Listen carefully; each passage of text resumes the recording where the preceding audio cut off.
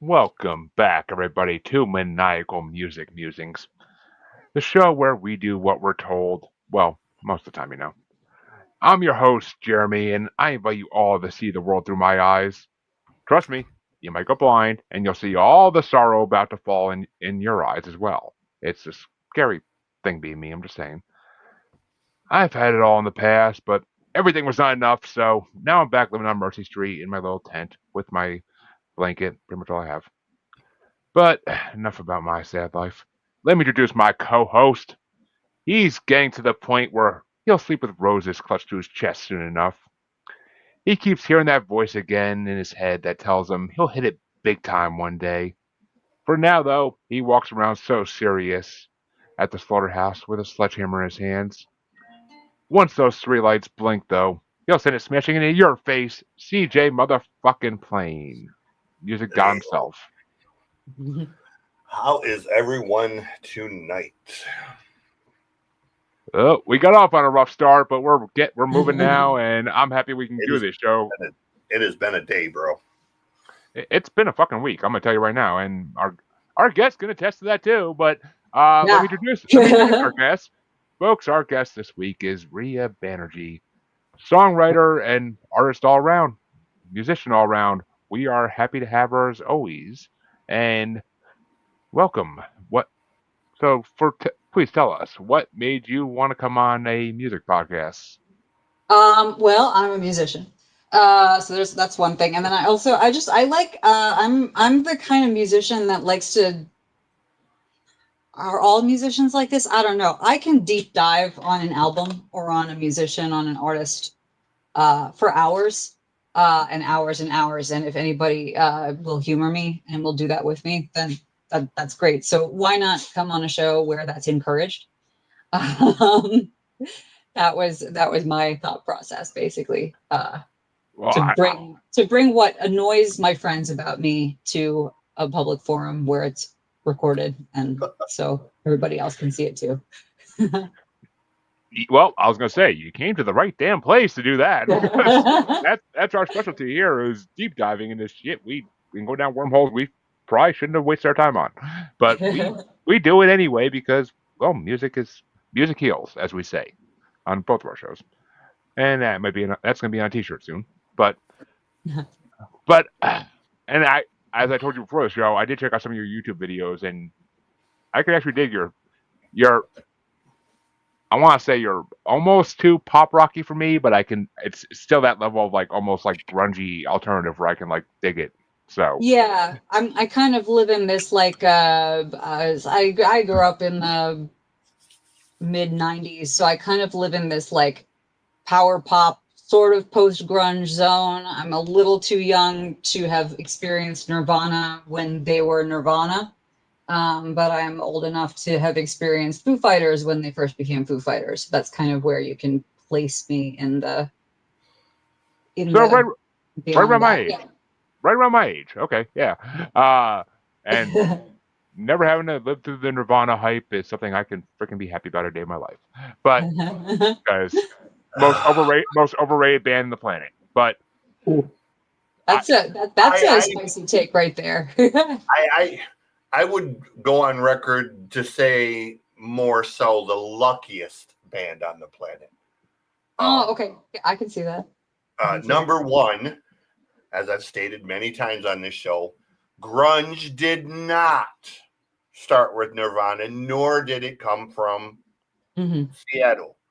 Grunge started in Minneapolis in the late 80s with the Replacements and Soul Asylum, Yep. Fugazi, Husker Du, Bob Mold, all those guys. So grunge predated Nirvana by a decade. And take into account that Mother Love Bone came before all of the Seattle bands. It would have been the biggest band. So minus Andrew Wood overdosing and creating the vacuum where three-fifths of Mother Love Bone evolved into Pearl Jam, and Nirvana fell into the vacuum that was created by Mother Love Bone. Nirvana is not even a blip on the radar. Um, they just right place, right time when Andrew passed. So it could have been Nirvana, it could have been the Screaming Trees, it could have been Soundgarden, it could have been the Lemonheads or the Pixies or a dozen other bands that were there. Nirvana just happened to have that, song. Right. We'll call it that for lack of something better. And hair metal had evolved to that point of being bands like Ugly Kid Joe, I Hate Everything About You, which was very much in the same vein as Nirvana. So perfect storm. Yep. And Yep. we have Nirvana. So hey, we all know Nirvana's best song was not written by them. It was written by Weird Al Yankovic, and it's called "Smells Like Nirvana." But that is 100% Nirvana's best song. But enough. We'll do enough. That's enough trashing of a. We can trash them for an hour. I wouldn't give a shit, honestly. I really would. Yeah, I mean, I don't mean to trash them. It's just it gets really frustrating being the music geek that I am. Yeah. And knowing my history the way I do, when people say things like Nirvana created grunge. Yeah, no, that's crap. I mean, no, yeah. He really didn't, okay? Not even close. Kurt Cobain himself would have corrected you on that statement, okay? They didn't. It didn't even start in Seattle, okay? You're wrong part of the country, wrong time period. Long before Soul Asylum did Runaway Train. They did a whole record of really heavy, dark, nasty shit. It's one of my favorite records, actually. Yeah. Yes. So, and they had the replacements and, God, the same people who say Nirvana created grunge will tell you that one of the greatest grunge albums of all time is Zen Garden by Husker Du. You realize Husker Du came 12 years before Nirvana. So how could grunge start there, but Husker Du did it a decade earlier? The math ain't mathing, people. So, just get this shit straight. I mean, it's not hard. Just call it what it is.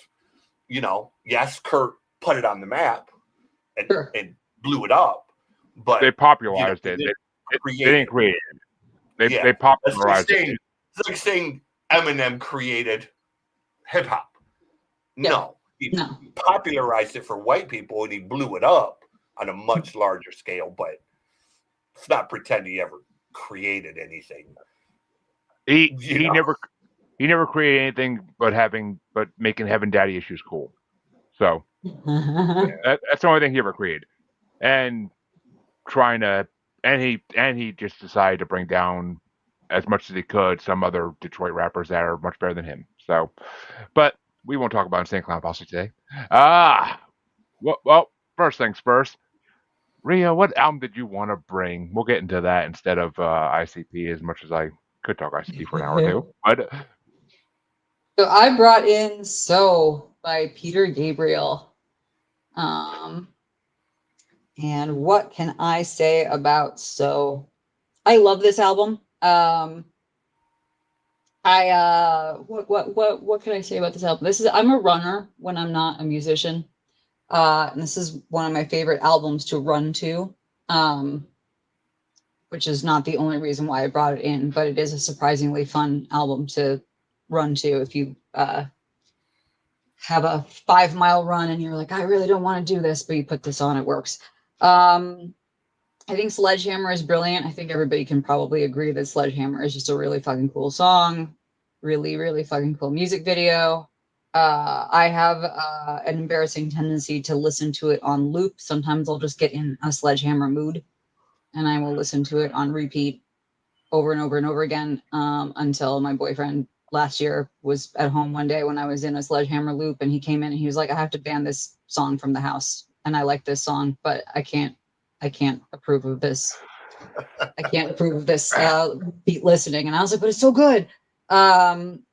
See, my wife does the same So thing with my wife does the same exact thing with "I Hate Everything About You" by 3 Days Grace, and I literally get to the point where I'm just like, I love this song. I used to love this song. You made me yeah, I not. think that's You made me hate the song. Like, that's I think that's where Tim is now. He's like, I used to like Sledgehammer, but then he played it like 50 times in a row while I was trying to do something downstairs, and now it is banned from the house. So I'm also like I've been trying to beg my band to figure out how to cover it, and they're all just kind of like, we don't know how to cover it. We don't have a horn section. It's like we're a guitar band. So they're like, how do we do it? And I was like, come on, we're creative, innovative people. We can figure it out. And they're like, I think you kind of need the horns. yeah, Um, or a keyboard with a horn button. But yeah, yeah, Devil Driver did a thrash version of it, so I mean that's I mean I'm saying there's got to be a way. I mean they just took the horns out and replaced it with more guitars. So I would say getting the vocals right on it is a harder task than trying to find horns. Like the vocals on. I can Oh, sing it. I I mean, can sing it, but if you listen to it that much, I'm sure you easily could. It's just yeah. I know if I ever tried to do that karaoke, I would fuck up the chorus so bad trying to hit that like note like he does when he says sledgehammer. But Oh yeah. it's I would fuck it up horribly. But Yeah. But there's also, I mean, other songs. I mean, Red Rain is so like, very vibey and moody. I mean, it's got Don't Give Up, and Don't Give Up it's got Don't Give Up is great. A lot of what makes Don't Give Up awesome is Kate Bush. And I remember once I did like a deep dive into that song because I was in the bridge to Don't Give Up. Peter Gabriel kind of flips into this very like gospel sounding vocal tone. And I was like, this is some American Christian rock action here. What's going on? And I read that he apparently, that was very much the point when he wrote the song. That's what he was trying to do. And he originally wanted Dolly Parton to sing the Kate Bush part, which is interesting. And she turned him down probably because she was like, what? And I mean, and then the song just doesn't make sense if Kate Bush is not singing it, so that's fine. But I thought it was interesting that his first thought was who's going to sing the female part. I think it should be Dolly Parton, because he was trying to go for some sort of like American roots, gospel-y sort of vibes, and he thought that that would be the way to go. So I that's my fun fact about Don't Give Up. Um, In Your Eyes, classic, John Cusack, Standing in the Rain. But also that's just like just a beautiful song. It's a love song. It's a spiritual song. It's just, there's like layers and layers of things happening in there. It's not just about someone's eyes. And then, I mean, I think generally one of the things that I just think overall about this album is like, you've got Peter Gabriel.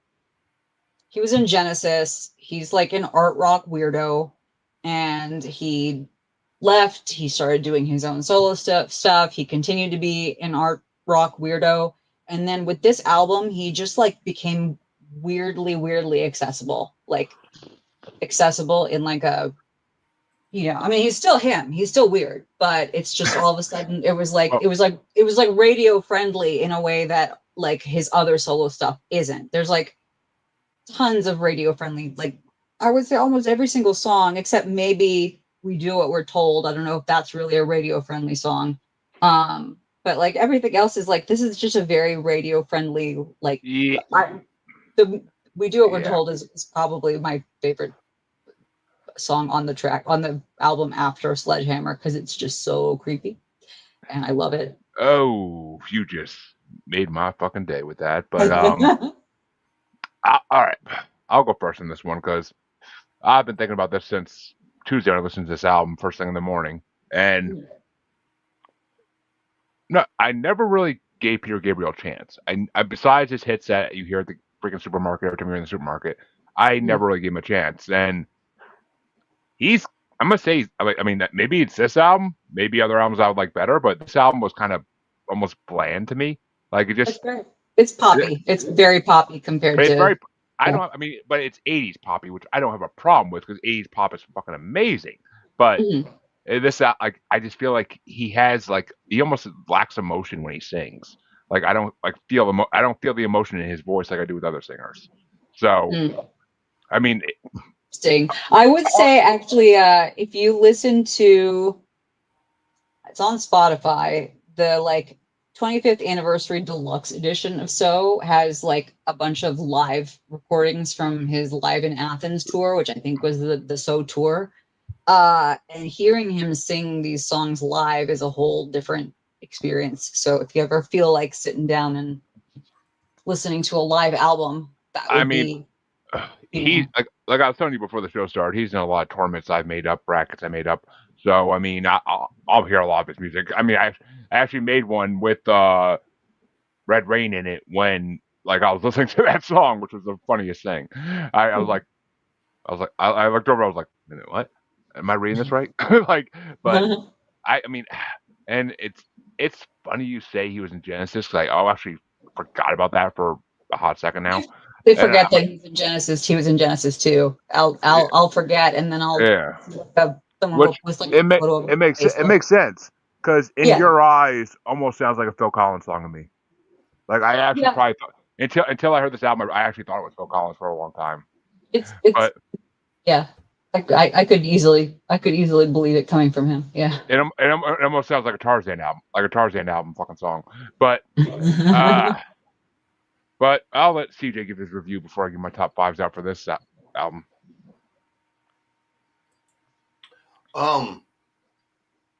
So right out of the gate, not a massive Peter Gabriel fan. I am a huge fan of Genesis. I'm a massive prog rock snob. So massive fan of Genesis. But the thing about Peter that she touched on, the thing about Peter is he is very much a live musician. He comes from that same cloth as the Grateful Dead.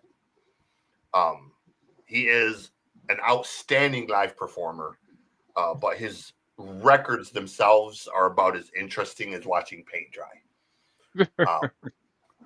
They're just the studio doesn't capture who he is or what he does. I agree. Yeah. Like the songs are there, but they're just kind of there. And I hadn't listened to this record in a long time, and when I listened to it again, I just kept thinking, this thing sounds really dated. Like it didn't hold up well. When I listened to people like Howard Johnson, for example,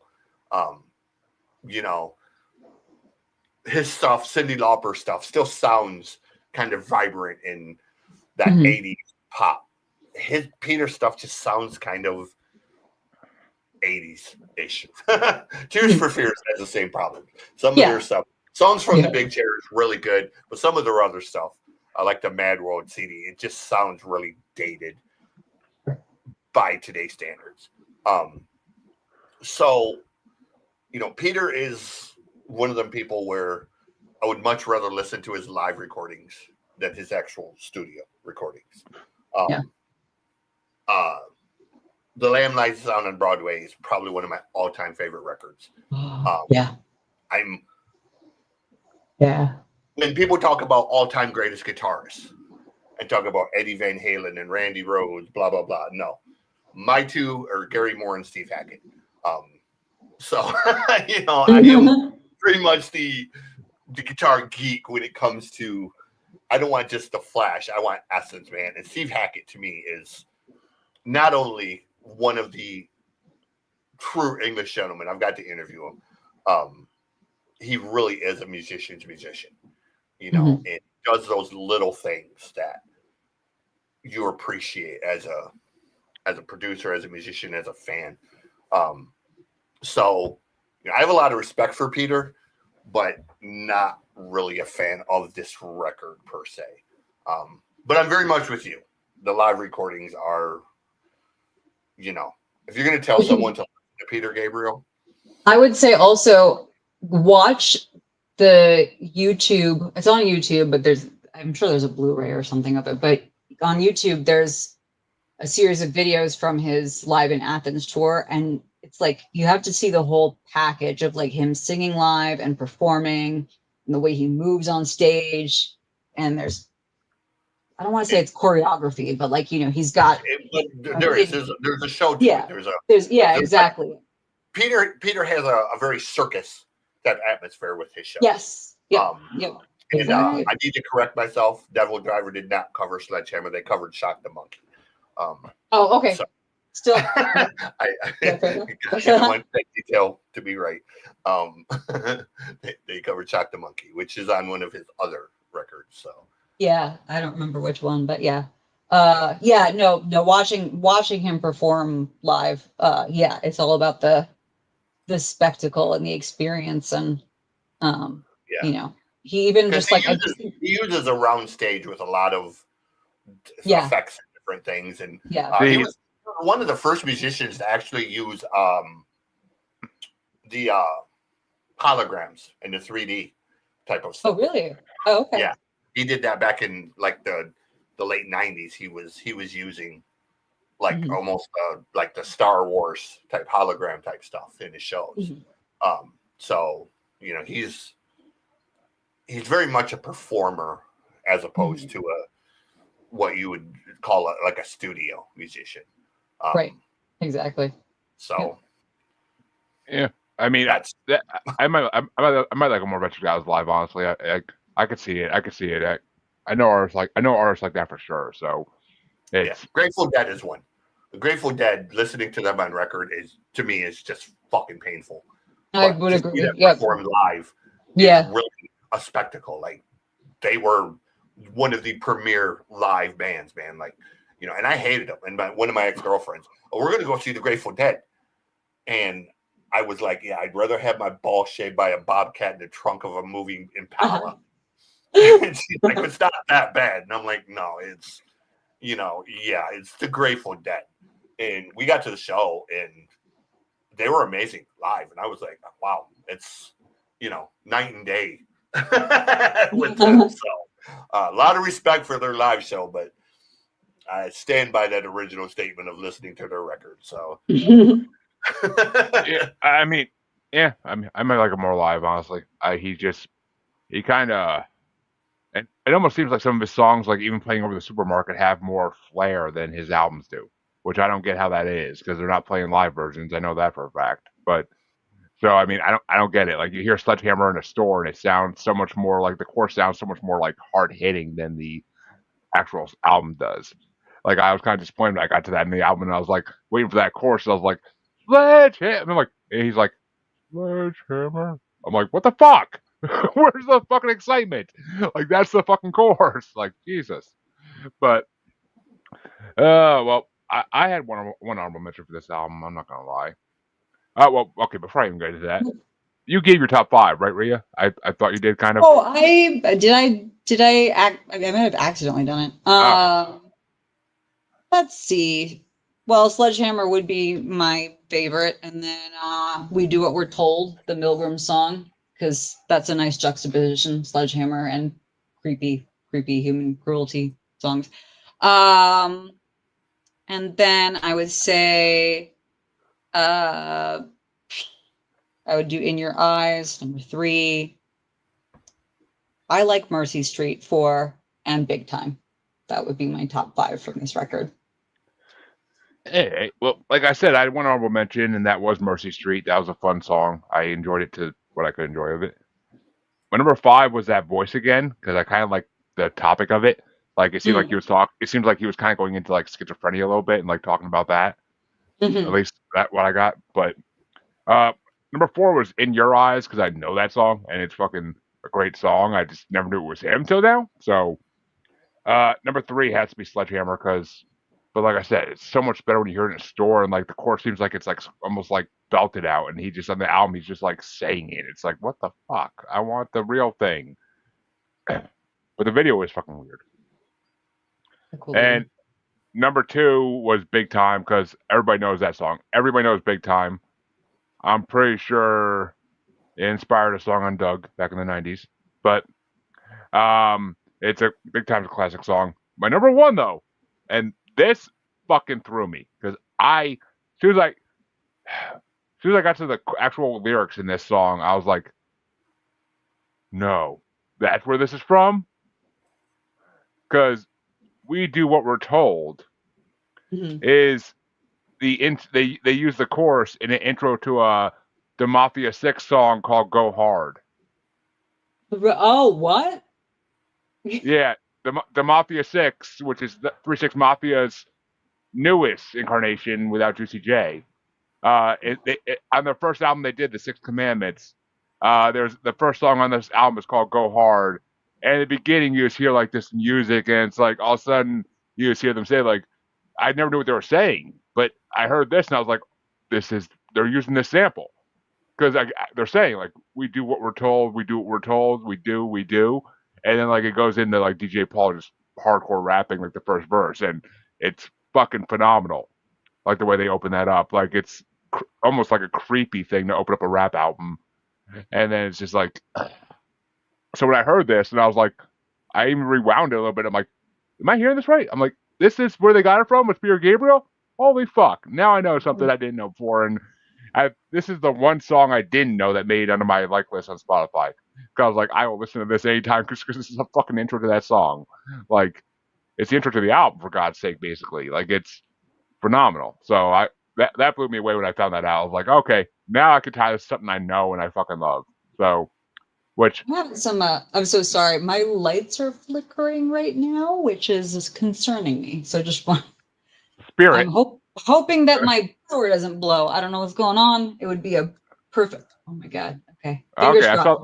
I saw that one, but uh, well, either you have a spirit in your house or demons going through or something. Who knows? But Yeah. all the above are possible in this world. But CJ, what were your top five, Peter Gabriel? I had two. I had "Don't Give Up and In Your Eyes." Were the two songs that kind of still sounded, cool and not sort of like dated and just there hanging around. I know Sledgehammer, everybody loves that song. I'm kind of in agreement with her boyfriend of it's one of them songs that I heard so much that I kind of hear it now and I'm kind of like, change the channel. And there's a few songs from the 80s like that. Come On Eileen makes me want to change. Yeah. Um, uh, Our house is a very, very change the channel. There's just certain songs that are just there's no memories attached to them other than just hearing them. I love can't Our fight House. this feeling. Yeah, that song I can't fight this feeling by REO Speedwagon. Yeah. I just interviewed Greg Bissonette, who was originally from David Lee Roth Band, but he plays bass now for Kevin Cronin. And I told Greg at the end of the interview, I was like, do me a favor. And he goes, what's that? I was like, tell Kevin he is responsible for some of the most traumatic musical memories I have. And Greg's like, what do you mean? I was like, I Can't Fight This Feeling. It's a song that just would not go the fuck away. Like that song was in the top. It was in the top 10 for like months. It just hung around and hung around. Every station played it repeatedly. You couldn't get away from it. You go to people's houses, they had that dumb song playing.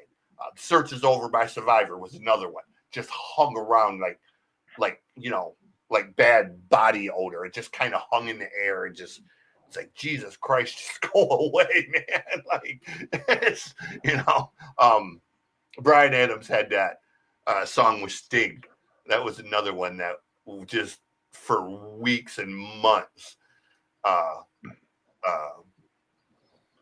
I don't even remember the name. It was Bryan Adams and Sting, and it was from that song from the Three Musketeers movie.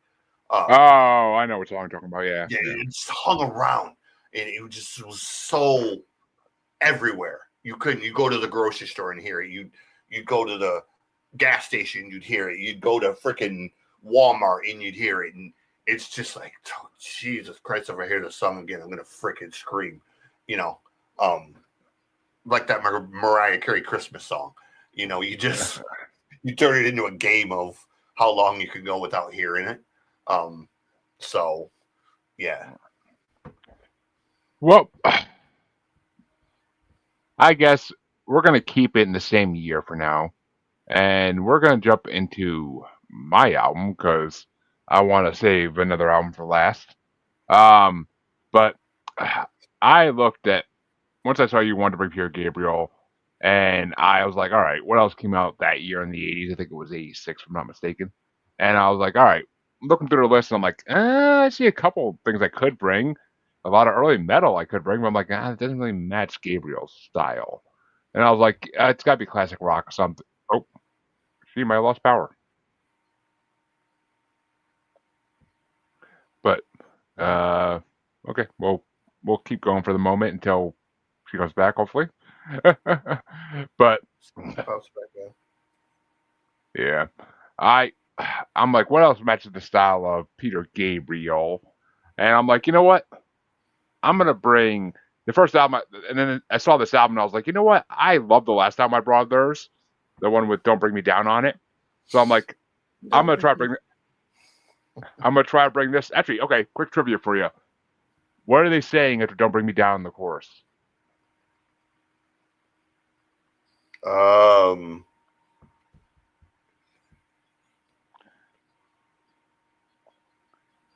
I don't even remember. Don't bring me down. Don't don't don't spin my heart around. I think. Eh, No, no. Everybody. Okay, I'll just. I don't even remember. Like I remember Everybody. the chorus, but I don't remember. Everybody always thinks they're saying like "Don't bring me down, Bruce," but like, and like Bruce was the common thing that everybody thought for a long time. But then in the interview, the lead singer actually said they're saying "Don't bring me down, gross." Like they're saying gross, but they're like accentuating on the s's to make it sound different.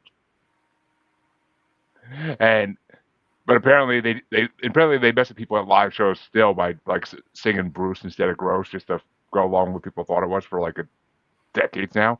But we looked that up and we all looked that up separately when I wrote that album on.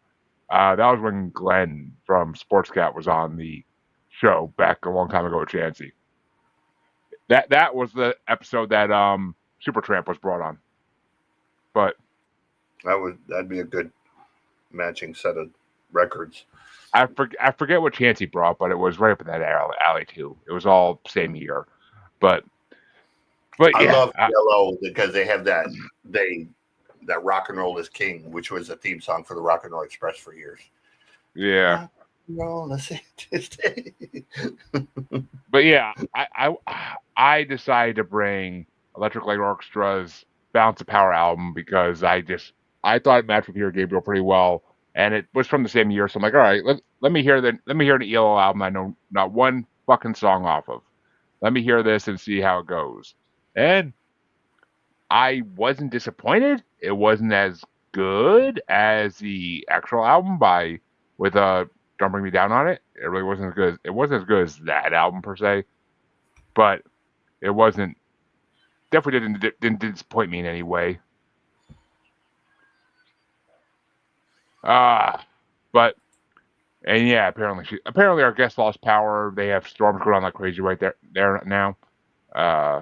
Where she's from, but we could finish it without her though. That's not a big deal. She got to talk about her album. That's all that really matters. But yeah, ELO. Like I was not disappointed by this album. I just wasn't. I had ones I liked. I had ones I didn't like, but it was a good album. But what do you think of this album, CJ? I like Electric Light Orchestra. They are one of those bands who I've heard a ton growing up without realizing who they were. My uncle Marty is a big fan, and growing up as a wrestling fan, you know, the old NWA before they become World Class Wrestling, the Rock and Roll Express, and they would come out, and their song was, you know, it was one of the greatest wrestling themes of that era. You know, it was instantly recognizable, those pianos, and I never knew what the song was. And I was watching it one morning, and Rock and Roll Express come out, and Uncle Marty walked through, and he goes, "Oh, Electric Light Orchestra." I was like, "Wait, what?" He goes, "That song, their intro song." He goes, "Rock and Roll is King" by Electric Light Orchestra. And I was like, "That's what that song is." And he goes, "Yeah." And I was like, "Take me to the store immediately. I want that record." Like I had to have that record. He goes, "I got a copy at the house you can have." He goes, "I got a couple copies of that one." I was like, "Okay." So we like went to his house and got me that record. So I've always been a fan of Jeff Lynne and Electric Light Orchestra. I won't say this is my favorite by them, but it is one of my favorites by them. So I was kind of happy to see this one because Yeah, it's got two of my favorite ELO songs on it. So yeah, I forget who else came out that year. There was one band that released 2 albums that year, and I actually looked at both albums, and I almost brought them on. Who the fuck? Somebody came out that year, and I can't think of who the fuck it was, and they had 2 fucking albums. I mean, yeah, I could have. There's a lot of albums I could have brought on that year. I mean, I could have brought Master of Puppets for God's sake, but I didn't want to go that heavy on our guest when she's bringing Peter Gabriel. Um, who the fuck had 2 albums? I mean, I thought Ozzy for a second too, but I was like, nah. yeah, I almost repeated myself, because when I saw Peter Gabriel with the Genesis connection, I was like, okay, I brought the first Ray Wilson record, but he did 2 records back to back. When he released a song for a friend, he also released the other one. So I was like, okay, I'm going to bring this one since Ray was like the singer of Genesis for a minute to tie in. But I was kind of like, no. I was like, I'm going to be a bit more snobby and go with a different progressive rock band. I mean, So you could have brought Genesis' Invisible Touch. It was the same year, but I don't like that era of Genesis. but I mean, I almost brought Prince's album that came out that year, and I almost brought like a couple of different. There's a couple of different ones. I almost brought. Can't go wrong with Prince. What? I mean, you So can't. can't But, go wrong with Prince. and I mean, Sabotage and Dio too. Like, there's a lot of bands I could have brought in this year, but none of them just really sat right with me until I saw ELO. So, uh, my I only had 5. I actually only have top 5 for the other 2 albums, but my top 5 for this album. Number 5 was "Send It." I thought it had a fun pace to it, and it was a good song. Number 4 is "Getting to the Point." It was the lyrics are pretty fun, and it's just a decent song. Number 3 is "Without Someone." That's a classic ELO love song, so I fucking was down for that. And my number 2 was "Sorrow About to Fall," because the sax after the chorus is fucking incredible. Like, that blew me away. And my number 1 was "So Serious," because it's a classic ELO track. It sounds, you could never hear that and not think it's ELO.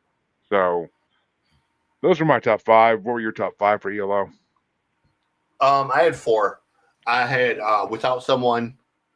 Number 3, I had "Is It All Right." Number 2 is "Send It."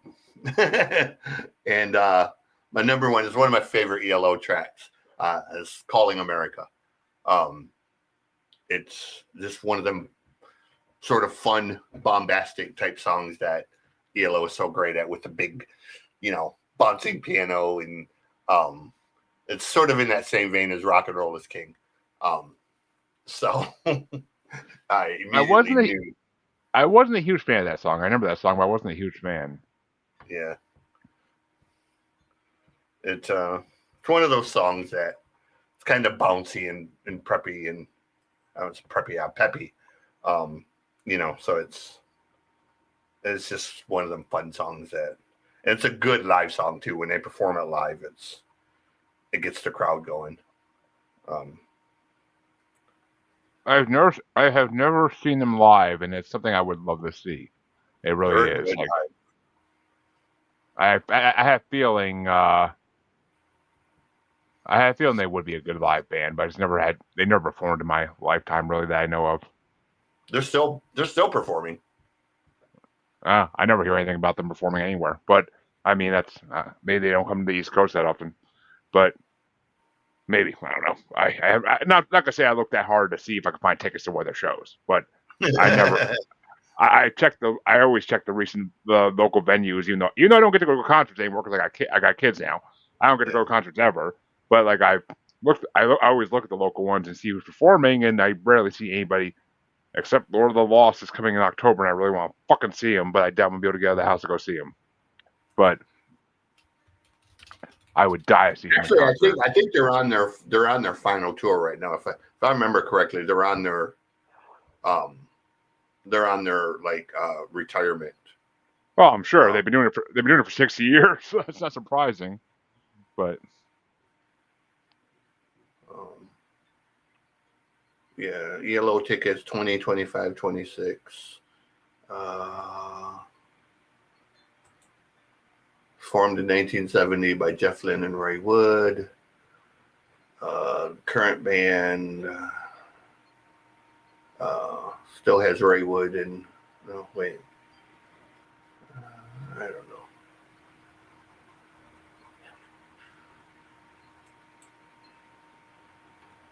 But yeah, but let's talk about the album you wanted to bring.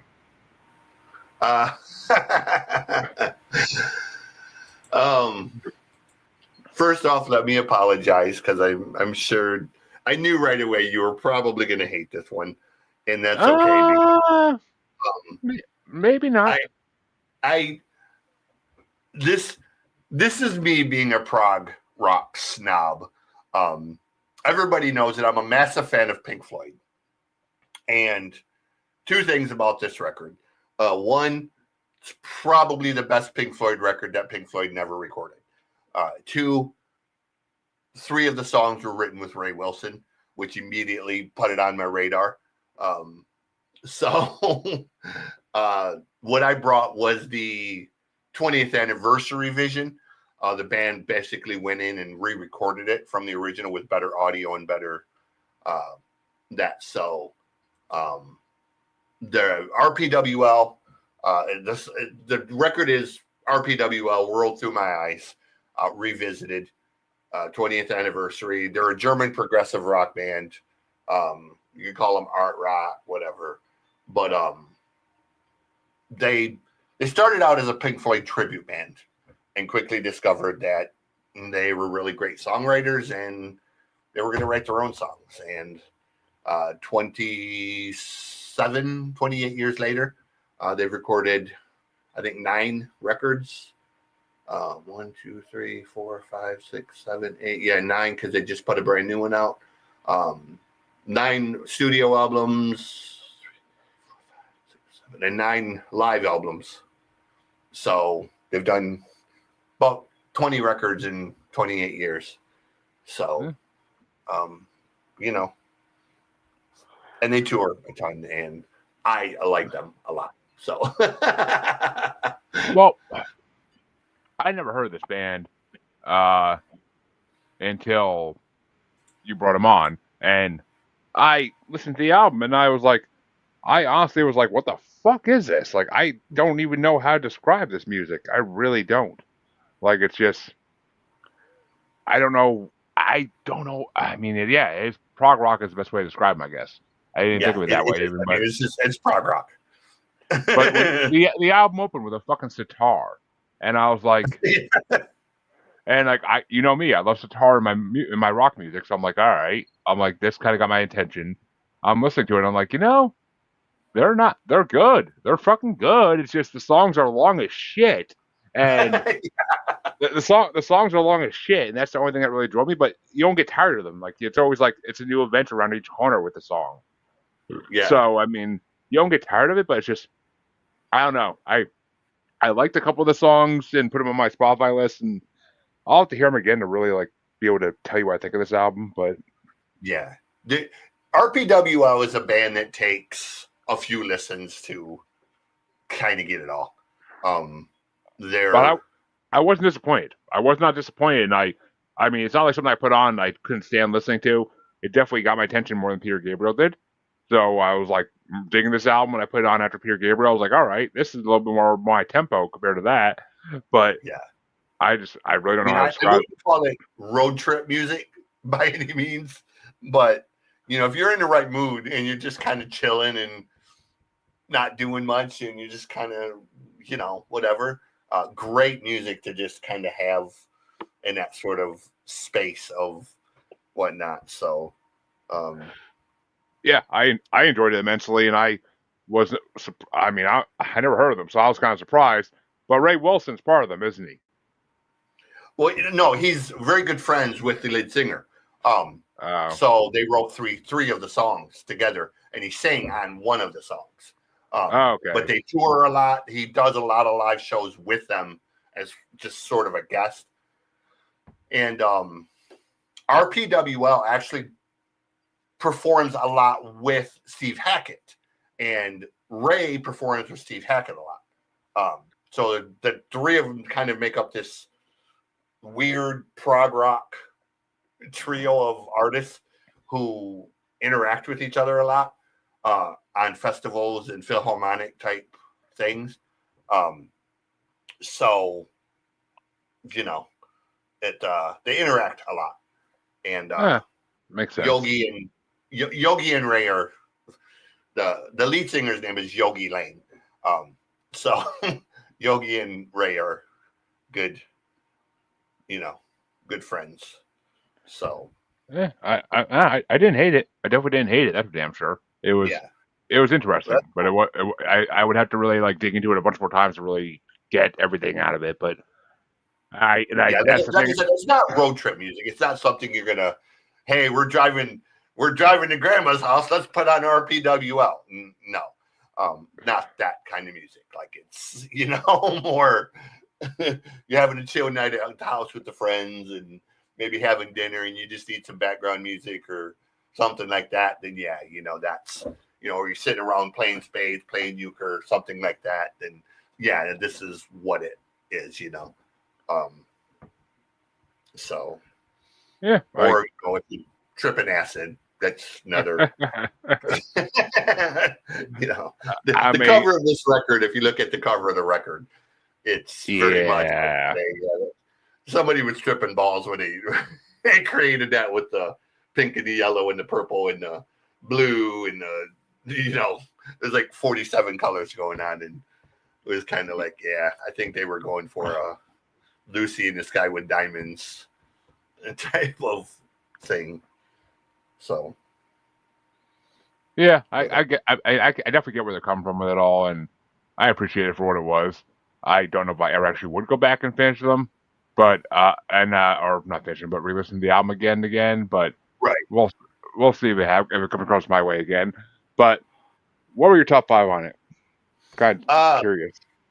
So number 5 for me is Everything Was Not Enough. That's a little bit of a heavier song for them.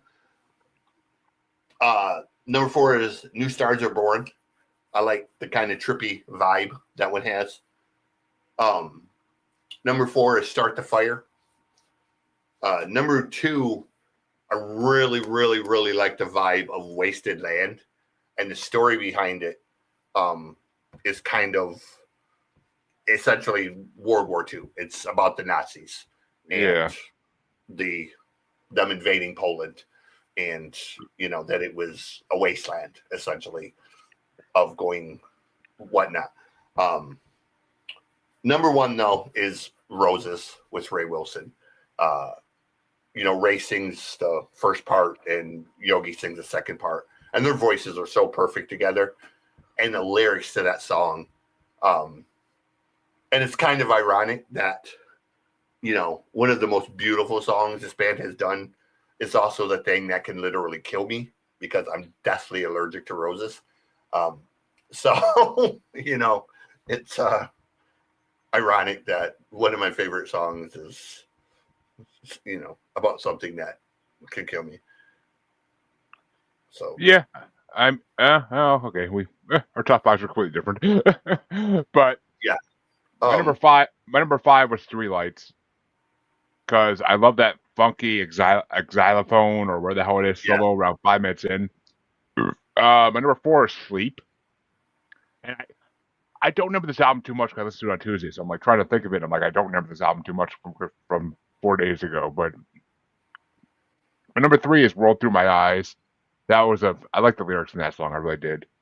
Yeah. My number two was Roses. That was a really good fucking song. So, and I could hear Ray Wilson in that after hearing his album. I could hear Ray Wilson in that and be like, all right, I know that voice.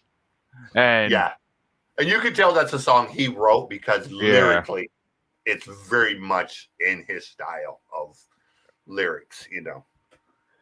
The sort of and yeah, definitely it was definitely in his style. I will say that, and that's why I liked it. But my number one was Everything Not Enough or Was Not Enough. Like the story behind that I like, and it told the story. It's been fucking 9, 12 minutes, where the hell it was. It told the story. So I mean, it that's the only complaint I had because I literally kept checking Spotify. And I'm like, Jesus, there's still 4 minutes left in this fucking song. Like, yeah. I mean, we're doing the Avantasia bracket, so long songs are not a stranger to me. But it's like, I don't know. I feel like their songs would be better if they were like 4 minutes shorter each one. But it is Um. what it is. So, which one is it?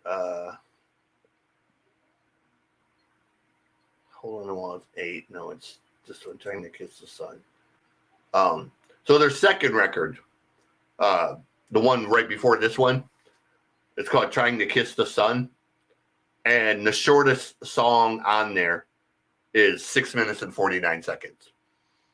Um, Jesus. Oh, that's not yeah, bad.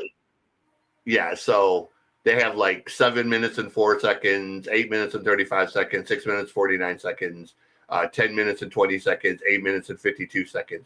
So all of the songs on "Trying to Kiss the Sun" are like these long, extended ass songs of Which is really why trippy. I don't like Pink Floyd. I am not a Pink Floyd fan. I never will be because of that shit. Like I just don't think they're good. I don't think they're good. I really never have. But it's just I get what people are into them, but it's just not my thing. But No, it's well, cool. folks, I have, a, we I have a playlist of all the Pink Floyd songs over like 10 minutes, and there's like 19 of them. So this 19 songs are almost like 6 hours of music. Jesus.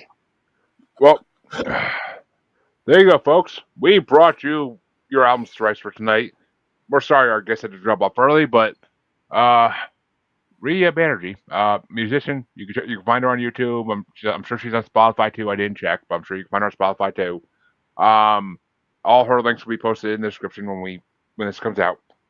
We want to thank her for coming on because I'm sure she'll listen to this at some point. So we want to thank her for coming on, and we had fun. We had fun with her for a little bit of time we had her, and at least we got to talk about Peter Gabriel a little bit with her and some Right. other random music.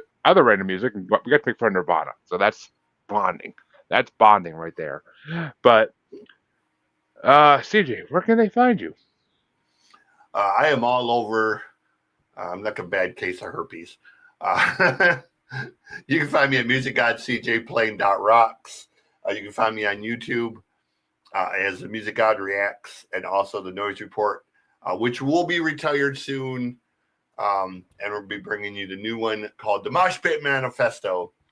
And other than that, all the social medias. Just type in Music God CJ Plain. You will see this ugliness. I apologize ahead of time, but not hard to be found. Yeah, we actually got to record another episode of the Loud List pretty soon. But you could find both your Maniacal Musers basically anywhere podcasts are found. But you can find us on Facebook as Squatchy Largefoot. You can find us on X and the Gram as that Juggalo Bastard. And YouTube's the best place. Maniacal Musings on YouTube. Every episode ever done is there. See all three co-hosts, see all the specials, see everything. And be sure to tune in not this Saturday, but this Sunday at 7 p.m. East for the Avantasia Bracket Part 2. Freaking, the guy who picked it had to delay it today, so. But amazing playlist of 32 songs. So come come see us try to decide and debate. The first part was a freaking fun time. So we had a hard time picking a winner on that one, and it ain't gonna get easier. It ain't gonna get easier. It's a fucking hard ass battle. But come see that, and then come back next Tuesday or this coming Tuesday and see us on our regularly scheduled time with a guest that's supposed to be on months ago, but looking forward to having them. And come see us do a rap show. So till next time, everybody, your musers are out. Have a good one.